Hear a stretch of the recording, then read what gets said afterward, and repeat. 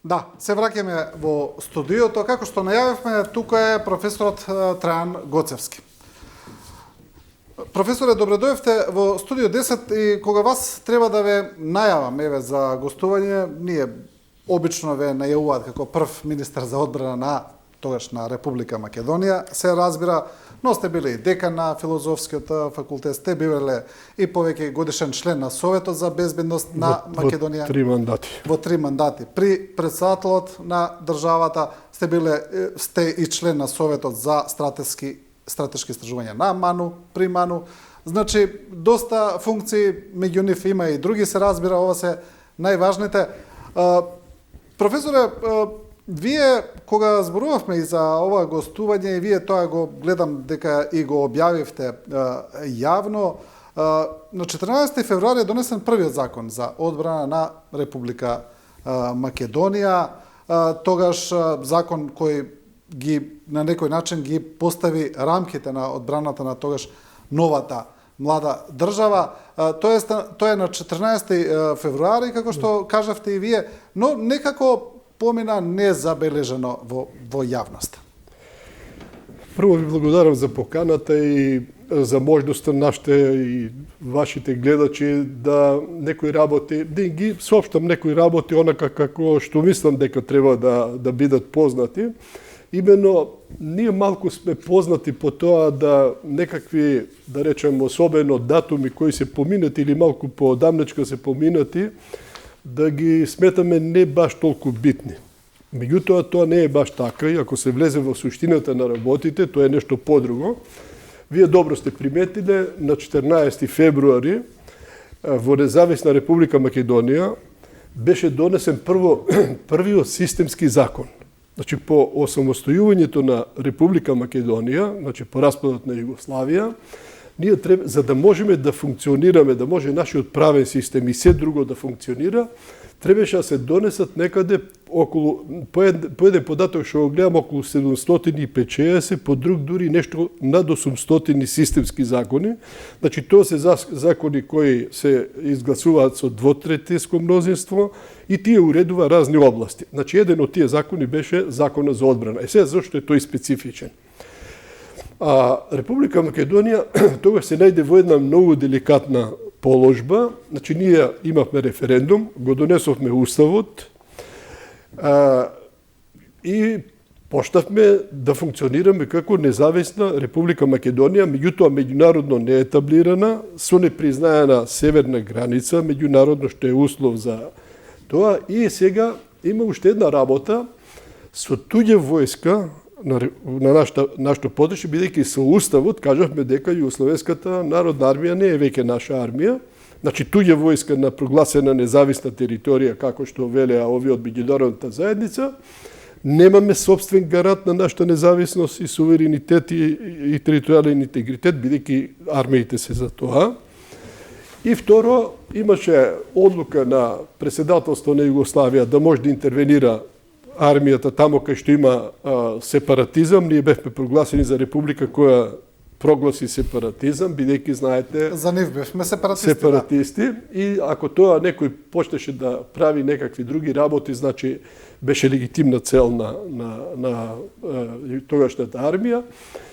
Се сеќавате, тогаш се појавија идеи за формирање на прво национална македонска гарда, која што не беше регуларна војска, се појавија во албанскиот блок за албанска национална армија и стана беше една голема, така да речем, збрка настана. И сега да привршам што се случи. Јас често пати велам, ние не ни дозволи еден ден да се израдуваме на нашата независност и за жал трае тоа дури и наваму до денеска. Имено кога ние светавме дека е завршено, Лорд Овен и Сајдус Венс, кои беа преговарачи за распадот на тогашна Југославија, особено Лорд Овен, кој што и на министерот за надворешни работи Денко Малески, и на председателот Григоров, и мене во два наврати, отворено ни кажа дека без иселување на туѓата армија, формирање на ваша армија, вие сте само територија настаната од распадот на Југославија. Заборавете на независноста. Сега, во тој период за да се направи армија, значи мораше да има закон. Ние немавме законска основа. И тој закон требаше да се донесе во собранието и треба да биде со двотретинско мнозинство. Значи требаше најголем дел од тогашните пратеници да гласаат за него. И сега, третиот проблем, кој што беше дури уште така посериозен за Македонија, не сакав да употребам друг збор, кога владата и председателот на државата одлучија дека ние нема да учествуваме понатаму во испраќањето на регрути за ЈНА, значи моравме да ги прекратиме тие канали и да почнеме преговори. Нашето министерство тогаш за одбрана, значи пред јас да дојдем на чело на тоа министерство, го водеше сепак офицер на ЈНА од највисок ранг.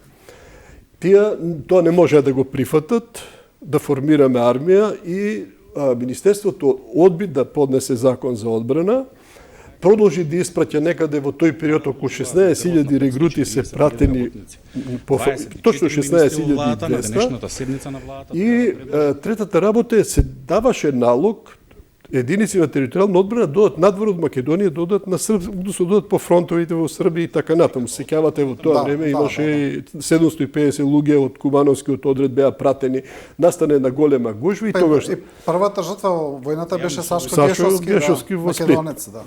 И сега со тоа привршувам, значи во една таква ситуација, значи мораше да дојде до промена и мене ми е драго што мене ми беше доверен тој еден од најсложените проекти и тој беше услов да профункционираме како независна држава, тоа беше да се формира армија на Република Македонија.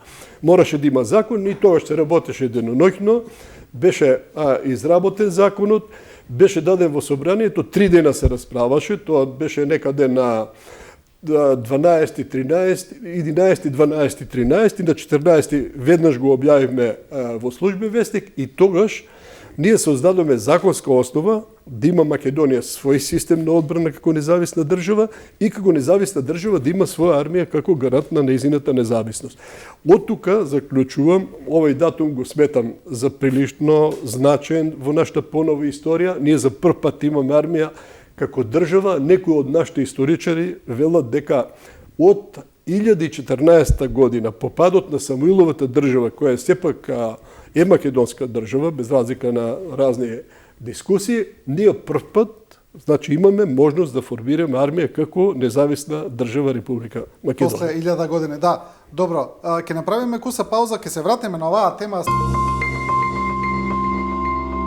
Ние се враќаме тука во студиото со професорот Трајан Гоцевски. Професоре, зборувавте за првиот системски закон за одбрана на земјата, како тој ја заокружил на некој начин или поставил темели за државноста, како сакате, но сега зборуваме за таа институционална меморија. Зошто тоа некако не е присутно во јавноста? Немаме некакво одбележување, не се не спомнува како јубилеј, едноставно, како да е заборавено на некој начин? Видете, армиите како системи, посебни системи сепак се тоа, тие се градат и на традициите, на митовите, на непобедливост, на историските настани и така натаму. Според тоа на армијата им личи да одбере. Јас овде прв пат ќе спомнам една работа дека на армијата им личи да одбере некои датуми кои ќе ги одбележува. Сега не можам да кажам дека не се одбележуваат некои, да речем, нивните единици си имаат посебни датуми, армијата го има 18 август и така натаму, и тоа е пристојно што така се прави. Но има понатаму уште неколку работи. Да речеме, според мене има, и тоа имаше уште тогаш, и ќе го спомнам сега за прв пат, ако имам време, значи, во тие одбирањето на датумите, значи треба многу добро да се внимава и да тие на некој начин добијат некаква, да речем, некаква фундираност во самата, нели, историја наша и во делот на војноводството, во воената историја и така натаму, и меѓу нив јас го сметам и тој датум, но за жал околу тоа имаше и порано разидување. Само уште ќе спомнам две работи, ќе ви кажам зошто. Мислам од каде валјда тоа произлегува. Гледате, следната дата која е многу важна за нас во делот на армијата, тоа е 27 април 90 година.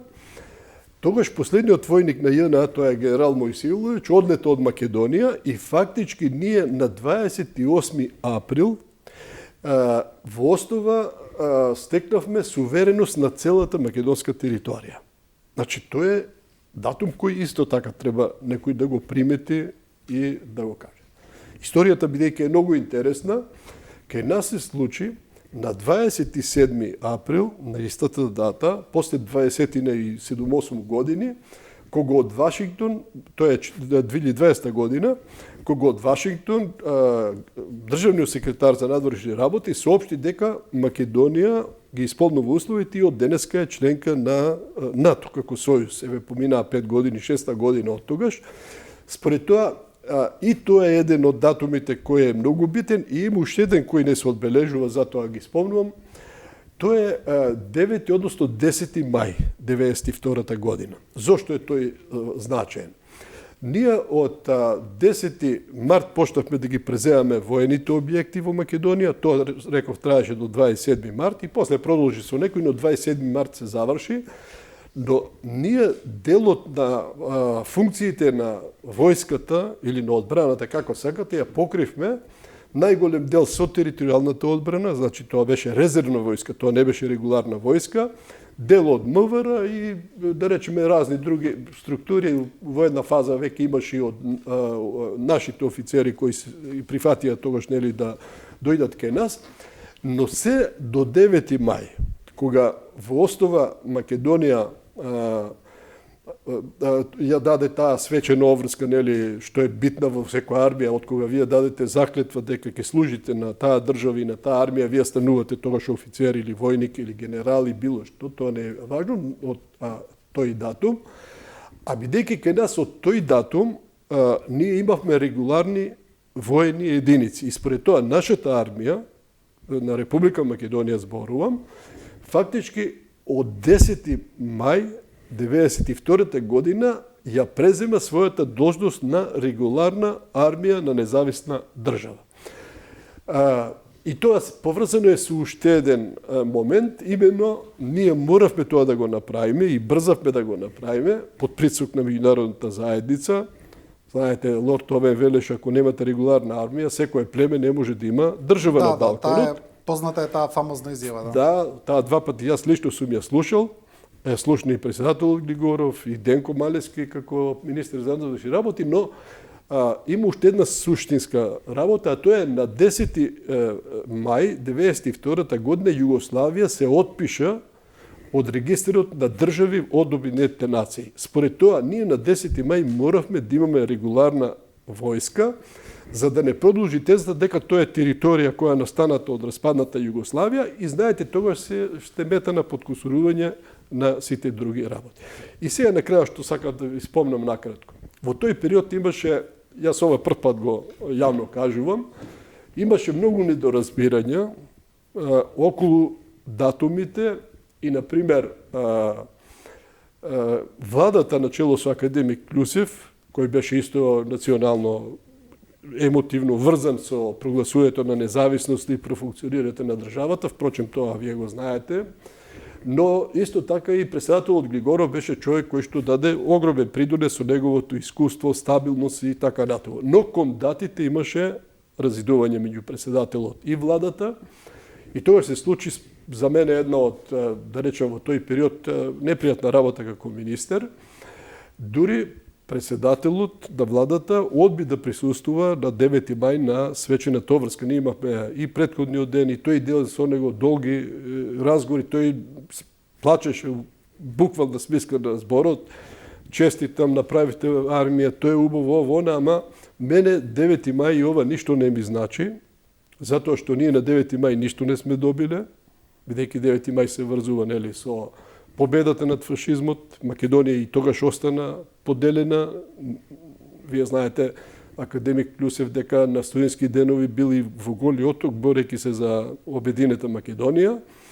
И тој, токму како вие што ме прашавте, инсистираше да одиме на некои датуми кои се врзани со нашето поблиско или подалечно национално, да речем, определување, бидејќи ние после источната криза имаме многу настани кои можат да се врзат нели со делови од тој, да речеме, одбрамен воен дел, особено врзан со армијата, а пак од осамостојувањето има тие неколку дати што спомнав само некои, има и други, кои што значеа нешто за нас. И на пример тој многу полесно би го прифатил, да речеме, 10. мај како можност, бидејќи тогаш имаме регуларна армија, или да речеме 28. да речем март, кога Македонија, значи тогаш прогласи, значи или целосен суверенитет на својата територија, бидејќи немавме туги војници на наша територија. Меѓутоа тука не се сложија. И на крајот имаше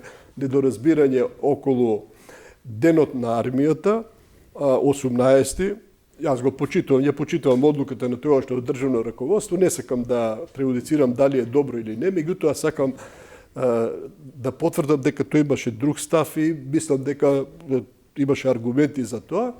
Имено тогаш е формирана таа прва поголема борбена единица на разлободителната војска на Македонија на Славе и Планина, но таа бригада има додавка, македонско-косовска бригада. Тогаш била Југославија и тоа било, можеби, одnosno, нели се креираше заедништво и така натаму, но кога вие стварате независна држава, кога формирате своја армија како еден од столбовите на независноста, сувереноста и територијалниот интегритет на својата држава, а нејзиниот датум го врзувате, да речеме, со единица која што е била наша, македонска, ама македонско и косовска, значи тоа веќе станува има еден, да речеме, една историска димензија која малку, ако ја анализира човек, е потешко прифатлива.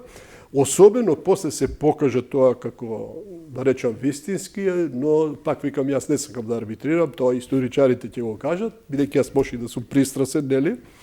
Именно кога ние и Бадинтер, јас имав задача тогаш околу одбраната и за границите да малку ствараме една позитивна ситуација, бидејќи ние немаше од Бадинтер да добиеме согласност, ако он знаеше дека границите, северните граници не ни се одбележени меѓународно признаени. Затоа што да имате држава, прв услов е тоа, да имате територија заокружени со меѓународно признаени граници. Тогаш председателот даде една изјава дека ги прифаќаме и признаваме границите, бидејќи таа беше само административна, ама тоа е ваше признание. Тоа не е одлука на, да речем, на собранието како функција и тоа да се депонира во Обединетите нации каде што тоа ќе биде прифатено.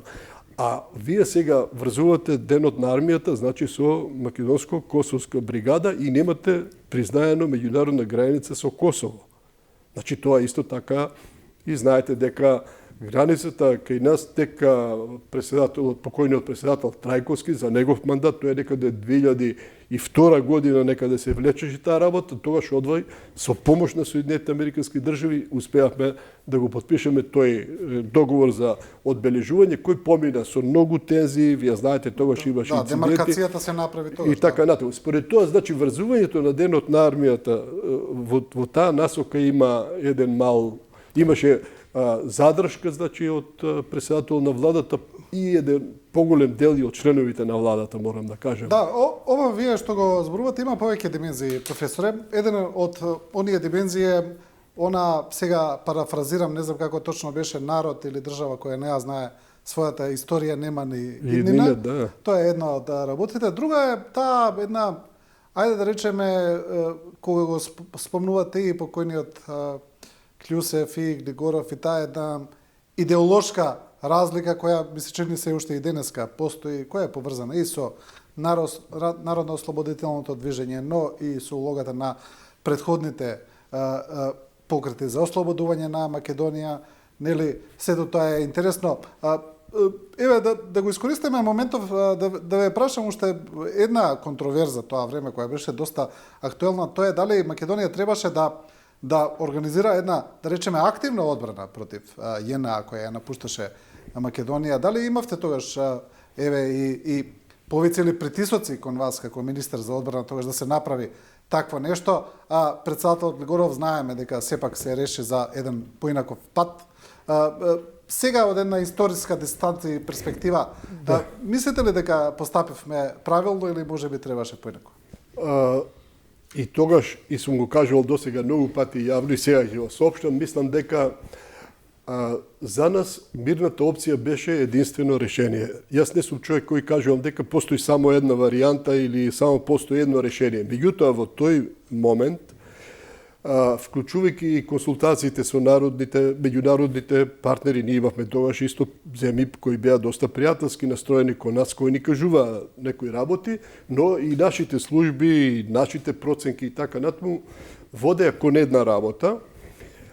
А тоа, вие знаете дека се вршеа огромни притисоци, можам да кажам дека често пати ние по некој пат се наоѓавме дури кај што и физички бевме загрозувани, животите ни беа загрозувани, посебно околу армијата и мене и на председателот Глигоров, другите не толку. И затоа, кога се донесуваа одлуките, имаше, ако се сеќавате, една иницијатива Сина птица, тоа е првата афера во Македонија, и таа имаше за цел со помош на соседна странска служба и со помош на одредени задгранични комитети на Македонија да се дојде во Македонија да се спречи формирањето на армијата и да дојде до формирање, преска спомнав, на така наречена македонска еднонационална гарда. Тоа беше првиот предизвик, бидејќи тоа се косеше со државната политика, но и со политиката на меѓународната заедница, дека тоа во Македонија не беше возможно да се направи, бидејќи секоја армија таа ја пресликува состојбата во општеството. И ние, јас можем сега цела емисија за тоа да употребиме, дека ние во тоа време и со представниците на албанската националност, јас во тој период сум бил некаде за 5-6 дена, можда 10 пати во Тетово, во Кичево, за да ги убедиме нашите сограѓани, бидејќи пак тие рекоа што ме така. Значи, во Кичево и во Тетовско, значи, беа веќе формирани одбори за формирање на албанска национална армија. Значи, тогаш веќе Македонија одеше кон внатрешни конфликти и тоа беше многу страшно. Значи, прво требаше да го одбегнеме внатрешниот конфликт. Се извинувам, само вака една историска, многу е иста историската паралела и не верувам дека е случајност со формирањето на ЗНГ во Хрватска, на Збор народне гарде и на истите сепаратистички движења во тогаш во Српска крајна. Како е истиот паралелен процес некој да се обидел да го преслика и во Македонија? И сега, само да се... Да, добро е прашањето и малку е посложено за анализа. Добро, ова чисто некако, да. Глеса, значи, ние моравме да го амортизираме внатре проблемот. Тој, значи, покрај овие два случаи кои успеавме некакво, и морам да спомнам, тогаш господинот Абдурахман Алити одигра многу позитивна улога со 3-4-5 души пратеници кои се разбравме и така натаму, успеавме да испегламе многу работи околу законот и така, и тој го средивме. Но, во собранието на Македонија, пред дебатите за формирање на нашата армија, имаше една група од подпредседателот, нема да спомнувам сега имења, подпредседател на собранието со уште неколку пратеници. Прво се развиваше теза дека без крв не може да се формира држава и ние треба да направиме како Хрватска или како што се во Србија направи, тоа ќе ни дозволат и од надвор да прогласиме наша држава. И имаше предлог, до мене лично, да организираме акција на некој конвој, територијалците тоа може да го направи, полицијата имаше специјални единици, тоа не е проблем, значи особено тоаш имаше Веле Скопје постојано, да речам, тие колони, може да направите една диверзија, да загинат неколку луѓе и после тоа значи да можеме ние да изнудиме признавање. Меѓутоа, гледате сега, и во една пригода морам да кажам дека скоро една ноќ 5-6 сати врз мене се вршеше голем притисок од таа група на луѓе да директно дадам налог за таква работа. Меѓутоа, кога дојде до тоа да видиме која група ќе биде тоа да го направи, колку ние од секој пат се проценува, значи кога давате налог за употреба на сила, се проценува колку загуби ќе имате и што потоа од тоа инцидентот ќе се направи, но што потоа во таа ситуација кога немавме армија, кога полицијата исто не беше толку, да речем, опремена, бројност, да може да направи тоа. И, значи, одевме кон тоа да одбегнеме таква работа и сега третата работа која што одеше на тоа, нам би се вршеше притисок од Белград да се приклучиме во таа федерација, дели мини федерација, а подоцна да не формираме наша армија, да се оди заедно со нив и да се победи хрватскиот режим. Од друга страна, председател тогаш на Хрватска Туѓман побара од нас, од Косово, први од албанците од Македонија, и побара од Косово наши единици да одат во Хрватска и заедно со хрватската армија да го победат режимот на Милошевиќ. И сега замислите во таа ситуација да се определите вие за било која варијанта од тоа. Значи, ние молевме, што викаат Бога, само да останеме неутрални, да не дојде до вооружен судар во Македонија. Затоа што процената беше наши снаги немаме. Не сакам додам понатаму. Бугарите исфрлија околу 40, така според некои изјави на разузнавачи, околу 40 на 50 илјади војници на таа граница. Грците исфрлија околу 60 на илјади. Албанците веќе имаше од некаде 20-30 илјади војници исфрлија на нашата граница и проценката на одредени високи функционери кои доваѓаат тогаш во Македонија, во тие разговори кои траја долго, ние добивме исто порака дека вклучувањето на Македонија со оваа варијанта со Србија и одењето на албанци од Македонија, значи во нашите редови на територијалната одбрана или на армијата таму, тоа би значило граѓанска војна во Македонија, бидејќи тие нема да одат, а задни застанува Косово и Албанија. Според тоа, значи, ние имавме веќе фронт не само тука, него и од надвор кој беше веќе актуелен. Според тоа, значи, затоа беше таа политика што викате вие, не смеевме да одиме кон одредени такви постапки, затоа што тоа веќе отвараше сосема друга димензија. Вие знаете дека зад Хрватска стоеше Германија, зад Словенија исто така стоја поголеми играчи од Европа. Ние зад нас немавме сила која можеше да застане и да речеме да ни помогне да излеземе од тој вител. Значи не смееме да влеземе во вителот на војната. Да.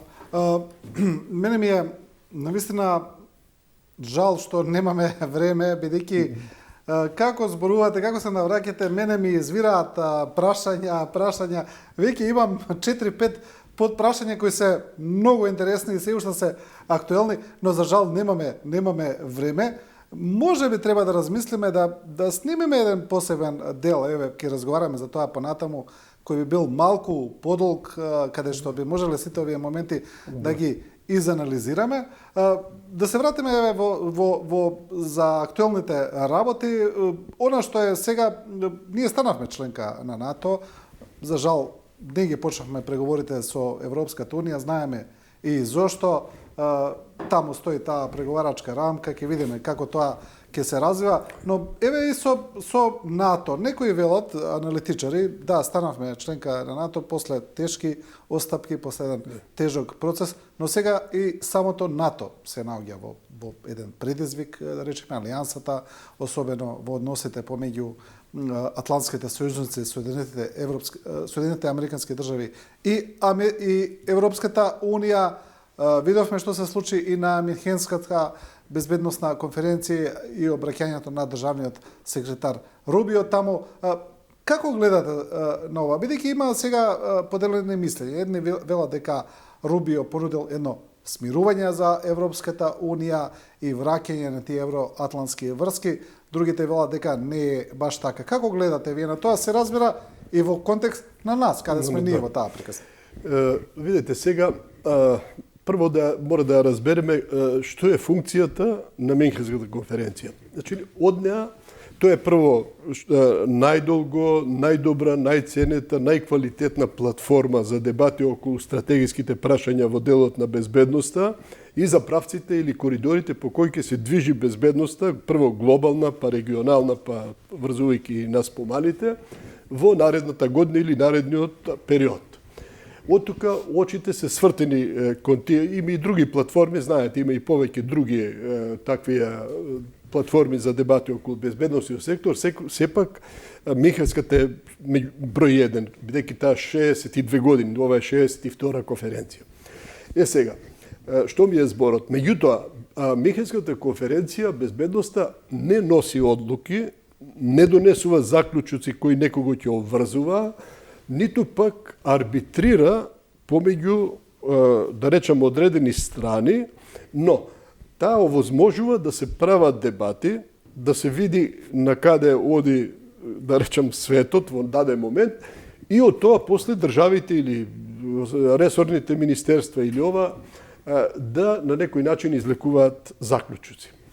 Сега, јас добро ги следам јас тие добро и до ден денеска, и првата од 25-та јас следам и сегашната, и споредувам некои работи, бидејќи секој пат има главни теми и тие на некој начин се поврзуваат.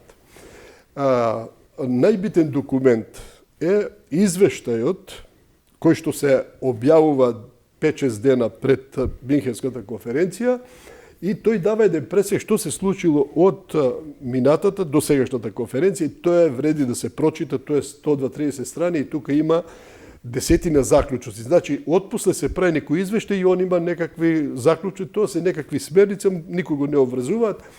И сега, ако гледате тие заклучоци кои беа објавени 2-3 дена пред одржување, тоа што се случи на седницата, и еве потоа са пак ќе се прави извештај, од главните линии во принцип досега никој не отстапува. Значи, може би, ако сакате накратко, можам да спомнам темите кои го оптоваруваше целиот овој период Минхенската конференција, и да речеме кои се главните теми на кои се расправаше. И како е поврзано со тоа. Значи, прво, еве за Рубио да кажам, бидејќи тој беше сега шеф на америчка делегација и тој беше прв човек. За него има, може да се каже, 2-3 работи. Че прво, тој е прв дипломат на Соединетите американски држави, прв дипломат у светот на најмоќната држава, и тој сега настапи подипломатски, за разлика од подпредседателот на САД, кој минатиот пат, значи, беше многу по-груп и по-отворен. Меѓутоа, 4-5 точки меѓуредови ги кажа на сите, иако тоа ласкаше со добро и така натаму, но јас ќе ги спомнам тие. Едната е дека Европската унија, значи, дека прво евроатлантските односи се во криза, дека и првата реченица беше дека се распаѓа системот. Првиот заклучок исто е нова извештај од лани до сега дека светскиот поредок се потврдува тоа дека се распаѓа и веќе не постои. И сега рече дека да, ние имаме интерес со Европската унија да бидеме партнери, ќе се работуваме тамо кај што имаме интерес. Тој рече дека им препорачува на Европа да се приклони кон суверенизмот, а тоа значи ако они се сојуз на држави, значи они се асоциација, не се држава, не се праве субјект како држава, ако се вратат на суверенизмот, тоа оди кон тоа да се зајакнува, како се вика, суверенитетот кон државите членки. Тоа значи дека во основа се напушта тој демократски модел на управување, која што е првата точка од распадот на тој меѓународен поредок.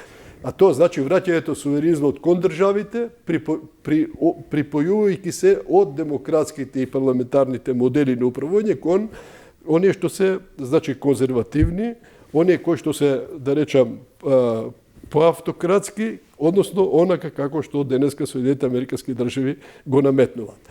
Третата работа е дека тие мора одбрамбено, значи, да зајакнат, да се ова, и има уште една работа што е многу важно, тие во нивната национална стратегија ја кажаа дека Европа останува, значи, во доменот и во рамките на националната стратегија на Соединетите американски држави.